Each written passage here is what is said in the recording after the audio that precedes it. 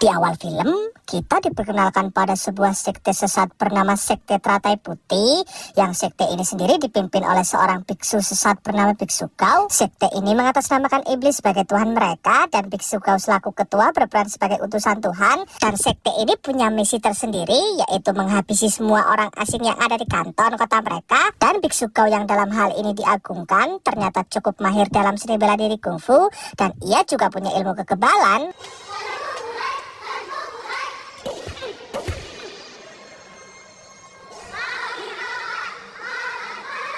Dan tak hanya sekedar membenci orang asing yang ada di kota ini, Sekte Teratai Putih juga membenci barang yang diproduksi dari luar negeri. Bahkan seonggok guguk yang berasal dari Amerika pun juga mereka binasakan. Dan selanjutnya kita diperlihatkan Wong Fei Hung yang tengah dalam perjalanan menuju kota Kanton, yang mana tujuan Fei Hung ke sana ialah untuk menghadiri seminar internasional untuk para dokter.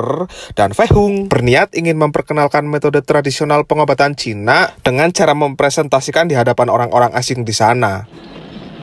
Wah, 一食啊！驚小怪，點解會咁樣？架火輪車入咗山窿啊嘛。大鄉里。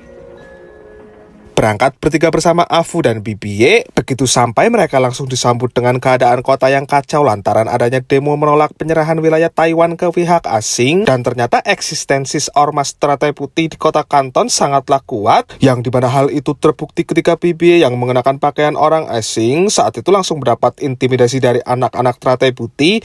Dan melihat itu, Afu langsung ambil tindakan yang sialnya malah tak sengaja melukai anak tersebut. Dan si anak seketika bergegas langsung melaporkannya ke Biksu Gao. Dan tak lama setelah kejadian itu, para warga tiba-tiba dihebohkan dengan adanya unjuk rasa Ormas Teratai Putih di hadapan gedung telegraf, yang bukannya pergi atau paling tidak menghindari saja agar Fei Hung tak perlu bertarung, Bibiye dan Afu malah sengaja ke sana untuk mengabadikan momen tersebut. Sehingga yang terjadi, ketika kamera dicepratkan, semua mata jelas tertuju padanya. Dan melihat Bibiye mengenakan baju asing dan membawa alat yang asing juga, Teratai Putih pun saat itu langsung menangkapnya.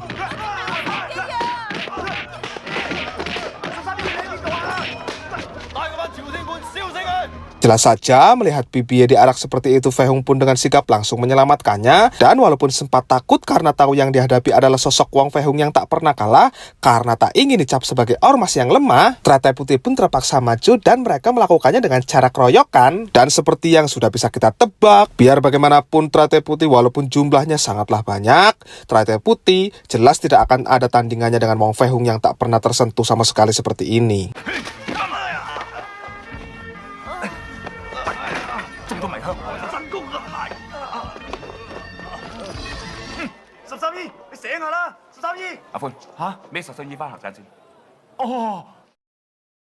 Karena adanya peristiwa yang sempat membuat Bibiye pingsan, Bibiye yang semula harusnya menjadi translator untuk Wong Fei Hung seketika harus gagal. Dan si pemilik penginapan juga mengingatkan Fei Hung agar Bibiye mengganti pakaiannya, sebab mengenakan pakaian itu di sini sangatlah berbahaya. Dan si pemilik penginapan dengan baik hati bahkan sudah mempersiapkan pakaian yang harus Bibiye kenakan. Nah, ketika waktu sudah berganti ke esok hari dan seminar Fei Hung akhirnya sudah dimulai juga, saat Fei Hung diminta untuk maju tapi tak bisa ngomong bahasa Inggris tersebutlah, dari pojok sebelah kanan muncul seorang pria bernama Sun Yat-sen yang siap menjadi translatornya, di mana Sun Yat-sen ini merupakan seorang pahlawan revolusi yang berhasil merubah Cina yang tadinya sistem kerajaan menjadi demokratis, alias orang yang pertama kali mendirikan Republik Rakyat Tiongkok. Dan jika kalian sering menonton film-film Cina yang berbau sejarah, kalian pasti akan sering berjumpa dengan bendera seperti ini. Nah, bendera ini merupakan bendera partai Sun Yat-sen yang bernama Partai Kuomintang. Dan sejak tahun 1949 setelah Partai Komunis akhirnya berhasil mengkudeta paham Sun Yat-sen, hanya sisa wilayah Taiwan saja yang masih menganut paham demokratis Sun Yat-sen ini. Makanya mereka akhirnya terpecah dan mereka Cina Taiwan ini sampai sekarang masih kerap bersitegang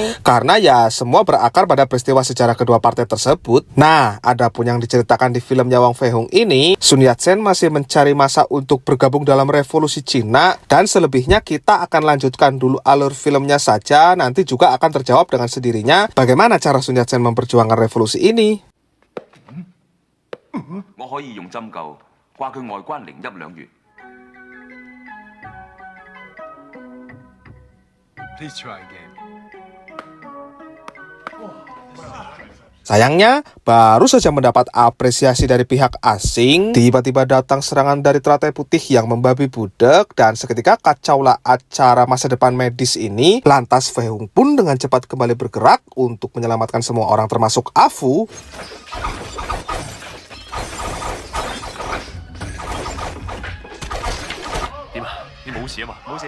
Dan setelah mereka selamat, lalu Sun Yat-sen memutuskan pamit dulu karena adanya urusan. Malamnya mereka kembali beristirahat di penginapan, dan meskipun besok sudah pulang ke Fosan, karena gabut dan berpikir demi keamanan BBY juga, Fei Hung saat itu menyempatkan waktu sebentar sebelum tidur untuk bisa melatih BBY kungfu. 執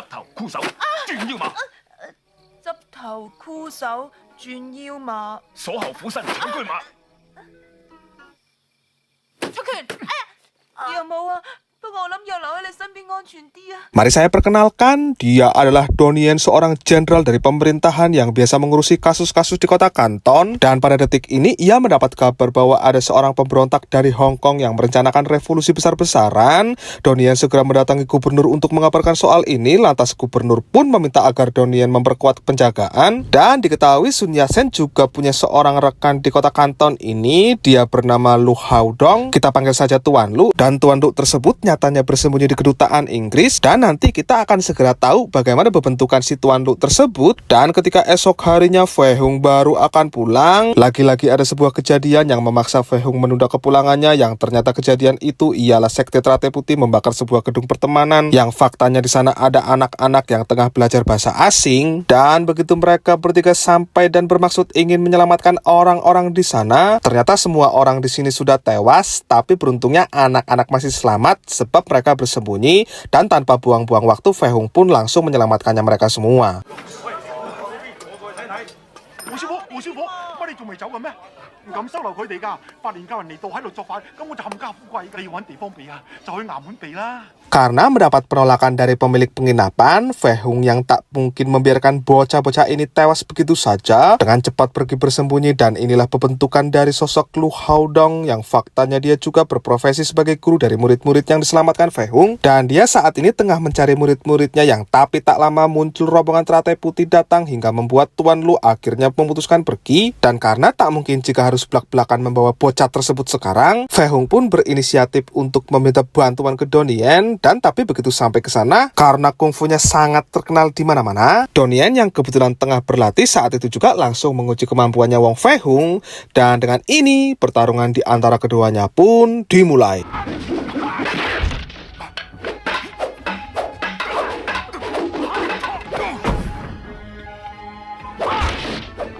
Wong師傅不愧係民團總教練，失禮。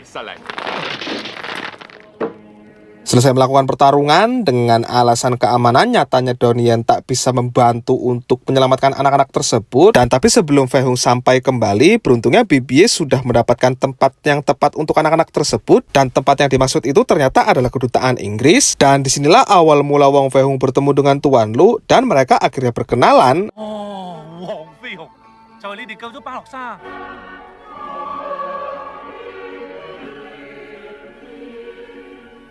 點解洋人信嘅神個樣咁痛苦？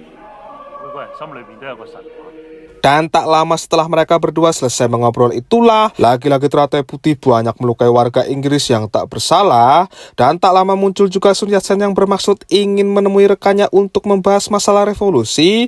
Nah, karena melihat banyak orang yang terluka parah inilah, Sun Yat-sen sementara menunda pembahasan revolusinya, dan ia terlebih dahulu membantu mengobati orang-orang. Dan karena tak sanggup jika harus sendirian, Sun Yat-sen akhirnya meminta bantuan ke Wong Fei Hung juga, sehingga terjadilah kolaborasi antara medis barat dan akupuntur tradisional Cina. Walaupun banyak orang asing yang akhirnya tewas satu persatu, Fei Hung tetap maju dan sukses juga mengalahkan mereka semua. Dan Donnie Yen yang kala itu menunggu pertarungan ini selesai, dengan cepat masuk ke dalam untuk berpura-pura meringkus Teratai Putih. Yang tapi ketika sudah dibawa keluar lalu sengaja dibebaskan kembali, Donnie Yen tak sengaja kepergok ketua duta Inggris. Dan karena tak punya pilihan lain, Donnie Yen pun saat itu juga langsung membunuhnya, benar-benar keluar.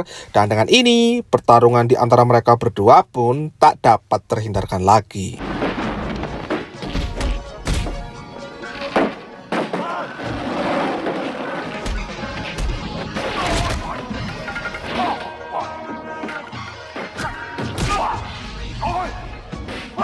Meskipun dibantu kedua anak buahnya untuk melindungi altar supaya badannya nggak jatuh ke tanah, nyatanya biksu Gao tetap kalah-kalah juga dan altar tersebut pun pada akhirnya tumbang juga dan kini pertarungan pun dilanjutkan di tanah. Yang jelas saja situasi ini membuat Fei Hung semakin mudah untuk bisa mengontrol pertarungan.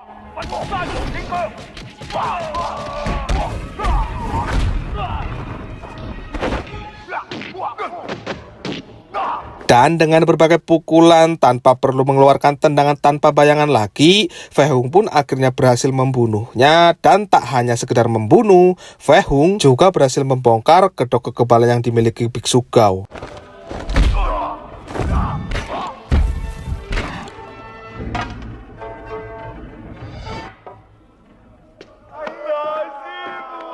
Lantas karena khawatir catatan itu akan jatuh ke tangannya Donnie Yen, Afu pun diminta membakarnya, sementara Fei Hung akan terus berusaha untuk melawan Donnie Yen. Dan sembari Afu terus membakar catatan tersebut, mereka berdua pun terus beradu tongkat untuk menemukan ritme pertarungan yang enak. Dan dengan ini, aksi keren antara Jet Li versus Donnie Yen pun dimulai.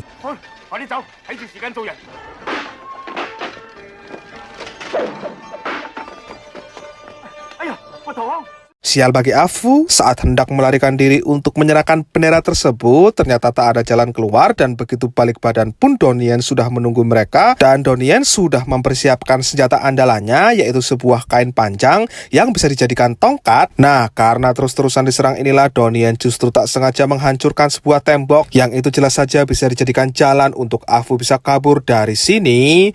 Tapi sialnya, karena sedikit ceroboh Afu malah terkena serangan Donnie Yen dan melihat itu Fei Hung pun langsung mengeluarkan jurus andalannya juga, yaitu tendangan tanpa bayangan.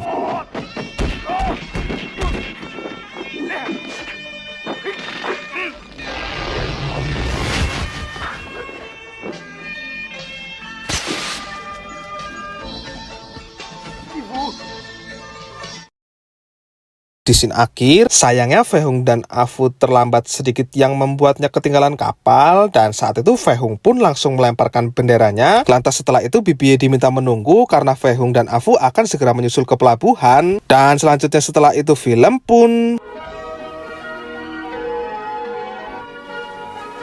元朝陽上照我陶洞慶，你嘅精神